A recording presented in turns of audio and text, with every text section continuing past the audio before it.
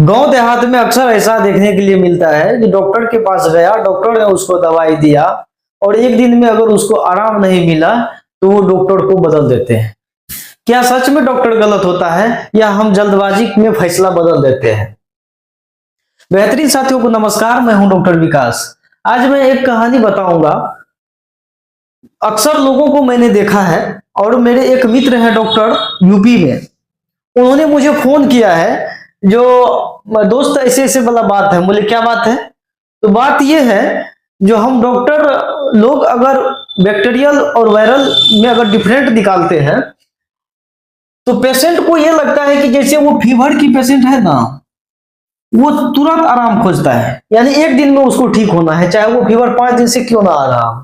वो सोचता है एक ही दिन में हमको आराम होना चाहिए, लेकिन ऐसा नहीं होता है। समय को भी समय चाहिए। अगर डॉक्टर अगर आपको चाह देगा आपके हित में अगर इलाज करने के लिए, आपको अगर किसी तरह का नुकसान ना हो, तो अगर वो इलाज करेगा तो आपके फीवर को कम से कम नॉर्मली कंप्लीटेड होने में 5 से लेकर के 6 दिन 7 दिन भी लग सकता है। अगर आप चाहेंगे आज से हमको फीवर ना है, डॉक्टर का मजबूरी हो जाता है स्टेरॉइड ऐड करना है। स्टेरॉइड यानी कि इम्यून को दबाने वाला, जो भी आपका इम्यून सिस्टम होता है, रोग प्रतिरोधक क्षमता, वो हमारे बैक्टीरिया से लड़ रहा होता है, वायरस से लड़ रहा होता है।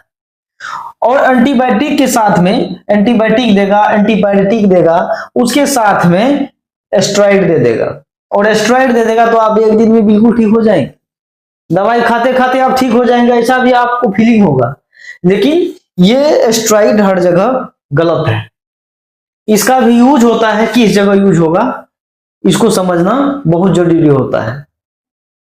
तो मैं फीवर की एक कहानी बताता हूं आपको। रामू को बुखार आया और रामू डॉक्टर के पास गया। डॉक्टर ने उन्हें 3 दिन की दवाई दी और रामू दूसरे दिन क्या किया, डॉक्टर बदल दिया। रामू को आराम नहीं मिला और रामू दूसरे ही दिन डॉक्टर को बदल दिया।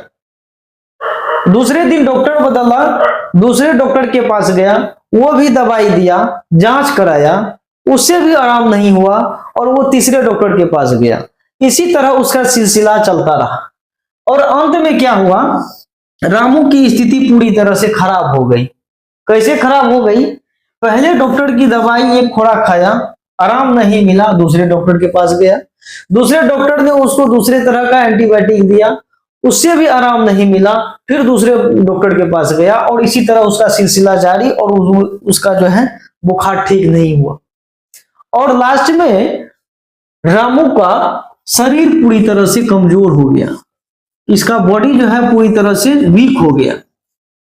और वीक इसलिए हो गया क्योंकि वो एक डॉक्टर को समय नहीं दिया, एक डॉक्टर पे ट्रस्ट नहीं किया और जाकर के 30 डॉक्टर को वो बदल दिया। 3-4 तरह की डॉक्टर को बदला और लास्ट में उसकी तबीयत काफी बिगड़ गई। तो ये क्यों हुआ? रामू की गलती की वजह से। रामू, आप इतना समझिए, आप जब भी किसी भी तरह की बैक्टीरिया वायरस आपके बॉडी में अटैक होता है तो आपको फीवर आएगा, फीवर आना लाजमी है।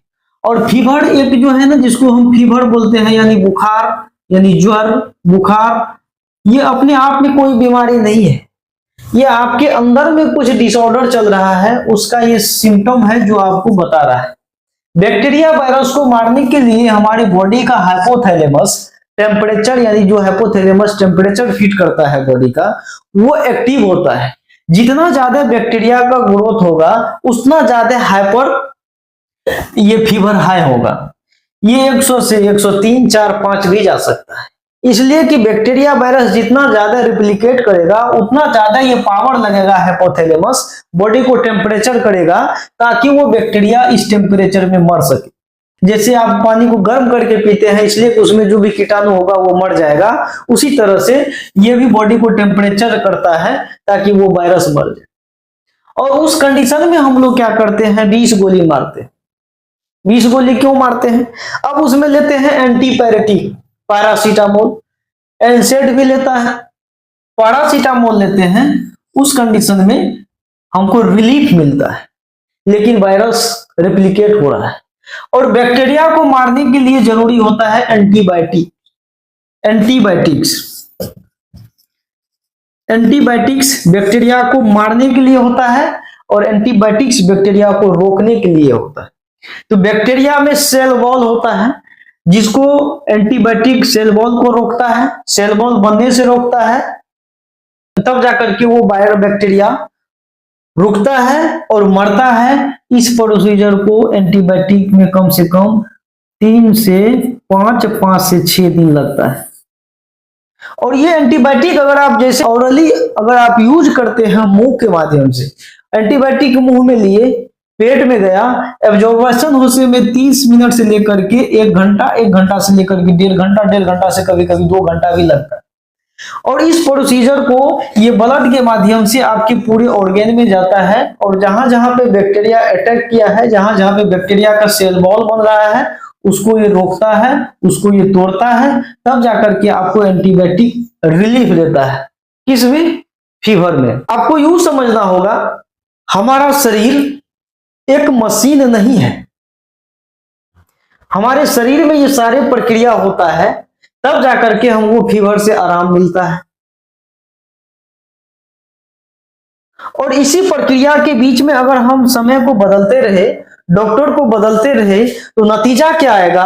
एंटीबायोटिक रेसिस्टेंट करेगा, एंटीबायोटिक रेसिस्टेंट करेगा और आप इसी एंटीबायोटिक से ठीक नहीं होंगे। और जैसे ही आप इसे ठीक नहीं होंगे तो बीमारी आपका बढ़ता जाएगा।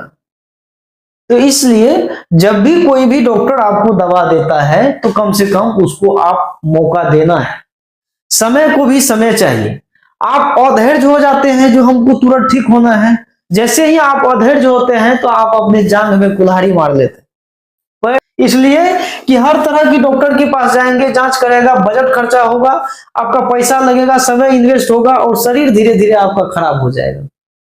तो इस शरीर को बचा करके रखने के लिए आपको डॉक्टर से कम से कम उसको 2-3 बार फॉलो अप करना जरूरी होता है, तब जाकर के समझ में आएगा जो बीमारी क्या है और कैसे चलेगा। अंत में मैं आपको बता देना चाहता हूं, जब भी आपको किसी भी तरह की कोई दिक्कत हो या आप अपने नजदीकी डॉक्टर से इलाज करा रहे हैं, तो कम से कम उसको समय दीजिए ठीक होने के लिए, तभी आप ठीक हो पाएंगे। और डॉक्टर आपका दुश्मन नहीं होता है, वो आपकी जान बचाने की कोशिश करता है और उसमें आपका होना चाहिए एक पॉजिटिव थिंकिंग। डॉक्टर और पेशेंट का रिश्ता स्ट्रांग होना चाहिए। डॉक्टर का होना चाहिए जो पेशेंट को पूरी तरह से केयर करे और पेशेंट का होना चाहिए हम डॉक्टर पे ट्रस्ट करें। यानी डॉक्टर का पेशेंट का ट्रस्ट, यानी जो पेशेंट है वो अगर विश्वास करता है तो डॉक्टर का वो सबसे बड़ा कुंजी होता है। पेशेंट अगर विश्वास करेगा तो डॉक्टर भी एक बार में उसे ठीक कर देगा। और आप कोई भी मेडिसिन आपको देगा डॉक्टर, सिलेक्टेड मेडिसिन, तो आप एक बार में ठीक हो जाएंगे। और सिलेक्टेड मेडिसिन दे रहा है, आपको लगता है हम इससे ठीक नहीं होंगे, हमको इस डॉक्टर के पास जाना है, उसके पास जाना है, तो आपको पहले ही तय कर लेना है कि मुझे किसके पास जाना है। वीडियो अगर आपको अच्छा लगा हो तो पेज को फॉलो कर लीजिए, सब्सक्राइब कर लीजिए, वीडियो को शेयर भी कर दीजिए और भी परिजनों के साथ, ताकि वो तरह तरह की डॉक्टर से बचे और एक डॉक्टर को सिलेक्ट करे और जो उसको बराबर फॉलो अप करता हो। मिलते हैं अगले वीडियो में किसी और टॉपिक के साथ, तब तक के लिए जय हिंद।